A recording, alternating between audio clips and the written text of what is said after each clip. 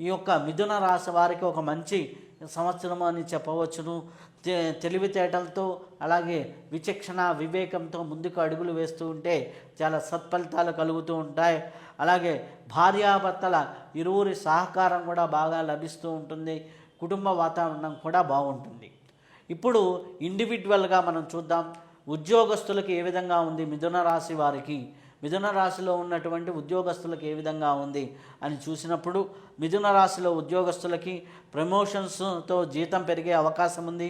Banking, finance, market రంగాల్లో రాణింపు ఉంది. అలాగే ప్రభుత్వ, న్యాయ, వాణిజ్య రంగాల్లో ఉద్యోగం చేస్తున్న వారికి మంచి ఫలితాలు వస్తాయి. ఆ తర్వాత ఆ బ్యాంకింగ్, అకౌంట్స్ రంగాల వారు కొద్దిగా ఈ ట్రాన్సాక్షన్ విషయాల్లో అంటే ఈ సైబర్ క్రైమ్స్ ఇట్లాంటి వాటిల్లో కొద్దిగా జాగ్రత్త వహిస్తూ ఉండండి. మిగిలిన అన్ని విభాగాల్లో ఉన్న ఉద్యోగస్తులకి మంచి ఫలితాలే కనిపిస్తున్నాయి. కొద్దిగా మానసిక ఒత్తిడి ఉంటుంది. దైవారాధన చేసుకుంటూ ముందుకు వెళ్తూ ఉంటే చాలా సత్ఫలితాలు కలుగుతుంటాయి. అలాగే మిథున రాశిలో ఉన్నటువంటి వ్యాపారస్తులకు ఏ విధంగా ఉంది అంటే, వ్యాపారం భార్య వలన కొంత లాభం కలిగేదానికి అవకాశం ఉంది. అంటే భార్యాభర్తలు ఇరువుల కలయిక వలన కొంత లాభం కలుగుతూ ఉంటుంది. ఒకటి కంటే ఎక్కువ ఆదాయ మార్గాలు కనిపిస్తున్నాయి. భూమి, ఇల్లు ద్వారా కూడా అంటే రెంటల్ ప్రాపర్టీస్, అలాగే స్థలాలు కొనటం ద్వారా ఇటువంటి వాటి ద్వారా కూడా మంచి వ్యాపారం పరంగా బాగుంది. అలాగే కొత్త వ్యాపారాలు ప్రారంభించేదానికి అవకాశం ఎక్కువగా ఉంది. గురుబలం బాగా ఉంది కాబట్టి జూన్ తర్వాత వీరికి నూతన వ్యాపారాలు, నూతన అవకాశాలు ఎదుర్కొంటూ వస్తాయి. కాబట్టి ఓవరాల్గా చూసుకుంటే మిథున రాశిలో ఉన్నటువంటి వ్యాపారస్తులకి చాలా సానుకూల సమయంగా మనం చెప్పవచ్చు. మిథున రాశిలో ఉన్నటువంటి రచయితలకి ఏ విధంగా ఉంది అని చూసినప్పుడు, రచయితలకి ఈ సినిమా రంగానికి ఇటువంటి సంబంధించిన వారికి ఏ విధంగా ఉంది అని మనం చూసినప్పుడు, మంచి రచనల ద్వారా పేరు ప్రతిష్టలు వస్తాయి, మంచి అవకాశాలు వస్తాయి. సినిమా ఈ యొక్క రంగాల్లో ఉన్నవారికి మంచి అవకాశాలు వస్తాయి. విదేశాలు తిరిగే యోగాలు కూడా బాగా కనిపిస్తూ ఉన్నాయి. పరిశోధనాత్మకంగా మీరు ఏ రచన చేసినా, సృజనాత్మకంగా ఏది చేసినా కానీ బాగా ఉంటుంది. అలాగే టీవీ మీడియాను ఇట్లా మీడియా రంగంలో పనిచేస్తున్న ప్రతి ఒక్కరికి కూడా మంచి అవకాశాలు మిథున రాశిలో ఉన్నవారికి కనిపిస్తున్నాయి. ఆర్థికంగానూ బాగుంది కాబట్టి ఎటువంటి ఇబ్బంది లేదు. జాగ్రత్తగా ఈ యొక్క సంవత్సరాన్ని ప్లాన్ చేసుకుంటే చాలా అద్భుతమైనటువంటి ఫలితాలు మిథున రాశి వారికి ఉన్నాయి. అలాగే మిథున రాశిలో ఉన్నటువంటి విద్యార్థులకు ఏ విధంగా ఉంది అని మనం పరిశీలన చేసినప్పుడు, జ్ఞాపక శక్తి బలపడుతూ ఉంటుంది. అలాగే పోటీ పరీక్షల్లో మంచిగా రాణిస్తారు. ఉన్నత చదువుల్లో మంచి అవకాశాలు వస్తాయి. యూనివర్సిటీల్లోనూ ఉన్నతమైన కాలేజీల్లోనూ సీట్ల కోసం ప్రయత్నించిన వాళ్ళకి వాటికి ఫలితాలు వస్తాయి. విద్యాపరంగా మంచి అవకాశాలు అనుకున్న దానికంటే కొద్దిగా మెరుగైన ఫలితాలు కనిపిస్తూ ఉంటాయి. మెరుగైన రిజల్ట్స్ రావడం అనేది జరుగుతూ ఉంటుంది. వీరికి అనుకూలంగా చాలా వరకు విద్యార్థులకి బాగా ఫలితాలు కనిపిస్తూ ఉన్నాయి. మిథున రాశిలో ఉన్నటువంటి వారికి కుటుంబ వాతావరణం ఏ విధంగా ఉంటుంది అని చూసినప్పుడు, కుటుంబంలో వివాహాది శుభకార్యాలు జరుగుతాయి. కుటుంబంలో ఆర్థికంగా బలపడుతుంది. కుటుంబంలో ఆనందకరమైనటువంటి వాతావరణం ఉంటుంది. పెద్దలని గౌరవిస్తారు. బంధువర్గంలో కలయికలు జరుగుతుంటాయి. తల్లిదండ్రులకి కొంత దూరంగా ఉండవలసిన పరిస్థితులు కనిపిస్తూ ఉంటాయి. కాకపోతే అన్ని విధాలుగా ఆనందకరమైనటువంటి పరిస్థితుల్లో ఉన్నాయి. కాబట్టి ఓవరాల్గా మిథున రాశిలో ఉన్నవారికి కుటుంబ వాతావరణం అనేది చాలా బాగుంది. అలాగే మిథున రాశి వాళ్ళలో ఉన్నటువంటి వారికి ఆర్థిక పరిస్థితి ఏ విధంగా ఉంది అని చూసినప్పుడు, ఆదాయం బాగానే ఉంది. గతంతో పోల్చుకుంటే ఈ సంవత్సరం ఆదాయం మెరుగుదల అనేది బాగా ఉంటుంది. అలాగే విలాసవంతమైన జీవితం కూడా ఉంటుంది. ఖర్చులు అదుపులో పెట్టుకోకపోతే కొన్ని నష్టాలను సవిచూసేదానికి ఆస్కారం ఎక్కువగా ఉంది. కాబట్టి ఇది నాకు అవసరమా, ఈ పని నాకు అవసరమా అని ఆచిచూసి అడుగులు వేస్తూ ఉంటే, ముందుకు వెళ్తూ ఉంటే సరిపోతూ ఉంటుంది. అలాగే మిథున రాశిలో ఉన్నవారికి ఆరోగ్య పరిస్థితి ఏ విధంగా ఉంది అని చూసినప్పుడు, గతంతో పోలిస్తే ఆరోగ్యపరంగా చాలా మెరుగుదల కనిపిస్తూ ఉంది. ఒత్తిడిని నియంత్రిస్తే చాలా సమస్యలకి దూరం అవుతారు. బీపీలు, షుగర్లు కూడా తగ్గేదానికి ఆస్కారం ఎక్కువగా ఉంది. బ్యాలెన్స్ అయినటువంటి ఆరోగ్యం ఉంటుంది. నిత్య కృత్యాలలో కొద్దిగా ప్రాణాయామాలు, ధ్యానాన్ని యాడ్ చేసుకుంటే ఇంకా అద్భుతమైనటువంటి ఫలితాలు ఆరోగ్యపరంగా పొందేదానికి ఆస్కారం ఎక్కువగా ఉంది. మిథున రాశి వారు తీసుకోవాల్సిన జాగ్రత్తలు ఏంటి అన్నప్పుడు, ఈ సంవత్సర కాలంలో అధికంగా ఆత్మవిశ్వాసంతో ఓవర్ కాన్ఫిడెన్స్తో కొన్ని మిస్టేక్స్ చేస్తూ ఉంటారు.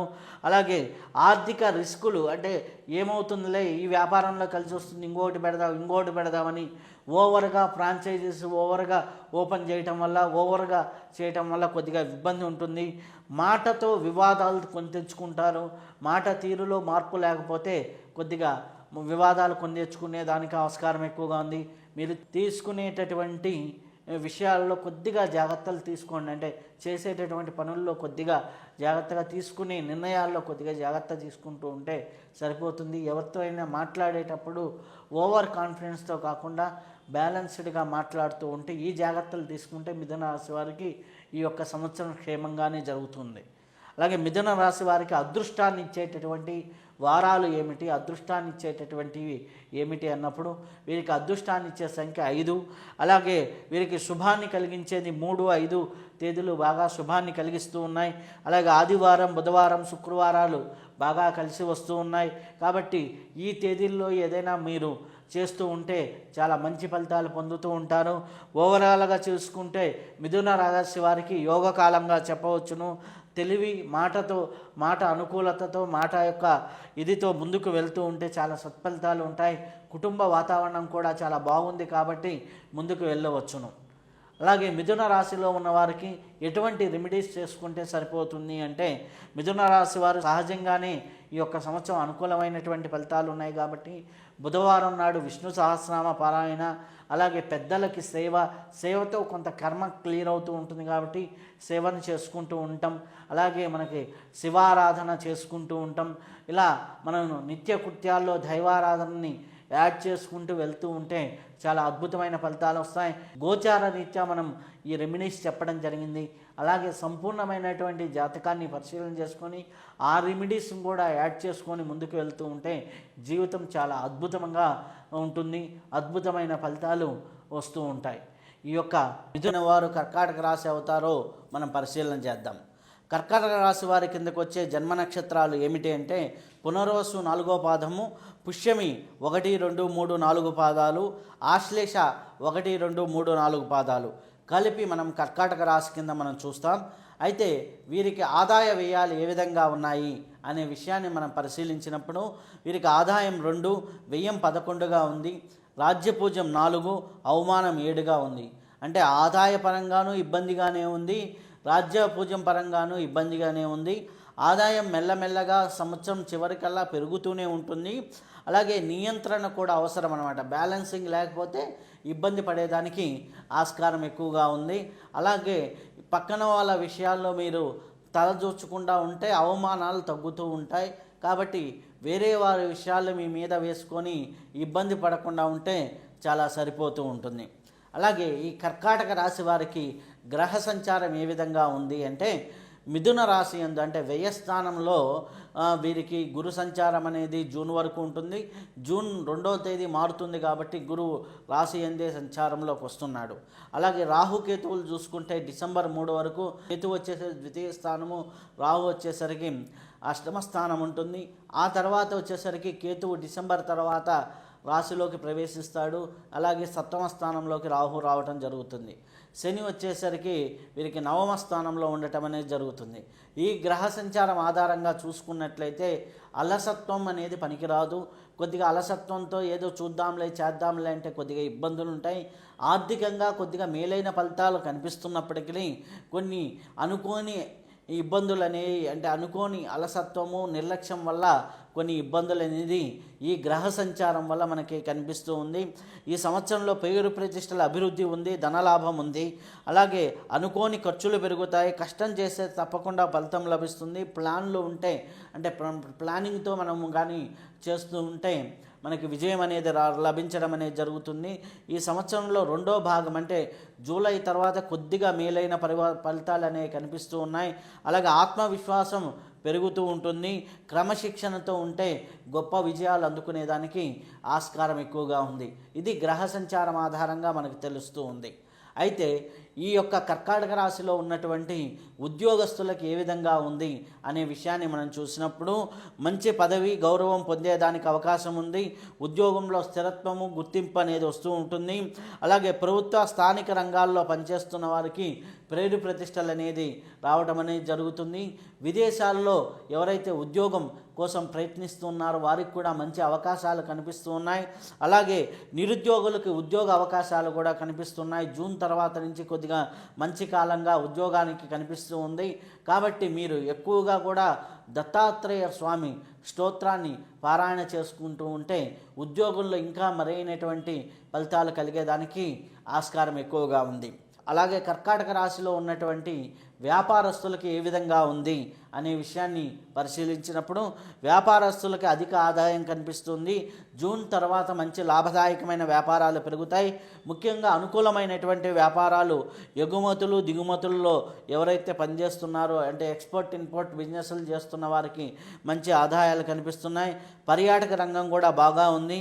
హోటళ్ళు క్యాటరింగ్ ఆహార వ్యాపారాలు చేసేవారికి బాగా ఉంది. ఫుడ్ బిజినెసెస్ హోటల్స్ చేసేవారికి మంచి ఫలితాలే కనిపిస్తున్నాయి. ఫార్మసీ వైద్య రంగంలో ఉన్న వారికి కూడా బాగా మంచి ఫలితాలు ఉన్నాయి. ట్రేడింగు సర్వీస్ రంగాల్లో కొద్దిగా మంచి ఫలితాలు కనిపిస్తున్నాయి. ఇక్కడ వ్యాపారంలో మీరు ముందుగా తీసుకోవాల్సిన జాగ్రత్తలు ఏంటి అంటే మాట తీరు కొద్దిగా అహంకార ధోరణితో మాట్లాడినప్పుడు మీ వ్యాపారాలు నష్టపోయేదానికి ఆస్కారం ఎక్కువగా ఉంది. కొద్దిగా కటువుగా మాట్లాడకుండా నెమ్మదిగా ఆలోచించి మాట్లాడుతూ ఉంటే మీ వ్యాపారాలు అభివృద్ధి చెందేదానికి బాగా అవకాశం ఉంది. కర్కాటక రాశి వారికి విదేశీ ప్రయాణాలు విదేశీ యోగాలు ఏ విధంగా ఉన్నాయి అని చూసినప్పుడు విదేశీ విద్య కోసం ప్రయత్నిస్తున్న వారికి మంచి అవకాశాలు కనిపిస్తున్నాయి. అదే విదేశాల్లో ఉద్యోగాలు కూడా మంచిగా ప్రయత్నం చేస్తే మంచి ఫలితాలు కనిపిస్తాయి. దూర ప్రయాణాలు దూర ప్రాంతాలలో స్థిరత్వం అనేది కూడా కనిపిస్తూ ఉంది. కాబట్టి విదేశాల్లో ఉన్నవారికి మంచి లాభదాయకంగానే ఉంటుంది. వీసాలు లభించడం కానివ్వండి, అలాగే అక్కడ స్థిరమైన వ్యాపారం లభించడం కానివ్వండి, అలాగే ఉద్యోగం లభించడం కానివ్వండి జరుగుతూ ఉంటుంది.